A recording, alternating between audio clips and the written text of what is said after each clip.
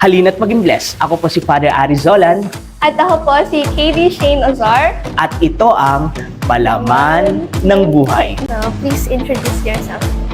Hi everyone, I'm Reverend Father Aris Raimundo Hempes Colan from Victoria. I'm a parochial vicar here at St. Augustine Parish, Kinamalayan. So hello po sa inyong lahat. Yes, So, KD? the first question po is, for you, what is faith? Sa akin yung pananampalataya iikot dun sa 3 P. Una, yung pagtitiwala. Mahalaga kasi yung pagtitiwala sa Diyos. Nagtitiwala ako sa Kanya because I have a personal and intimate relationship with Him. Mahalaga yon. Hindi mo masasabing you have faith if you don't have a personal and intimate relationship with Him.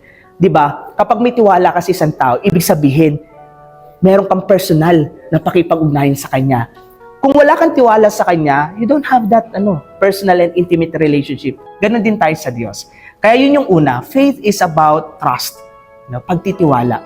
Pangalawa, mahalaga din yung pagpapaubaya. Alam mo yung surrendering.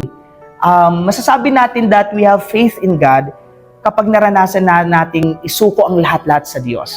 We surrender everything to God. At yun ang gusto naman ng Diyos, na magpaubaya tayo sa Kanya.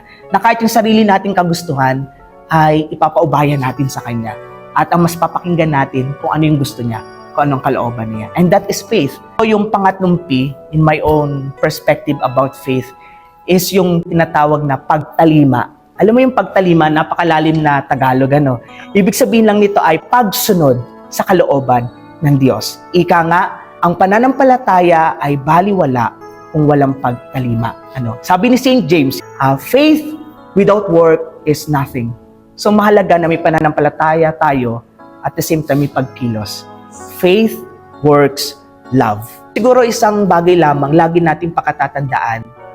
Yung pananampalataya kasi is about trusting the Lord, to have a personal and intimate relationship with Him.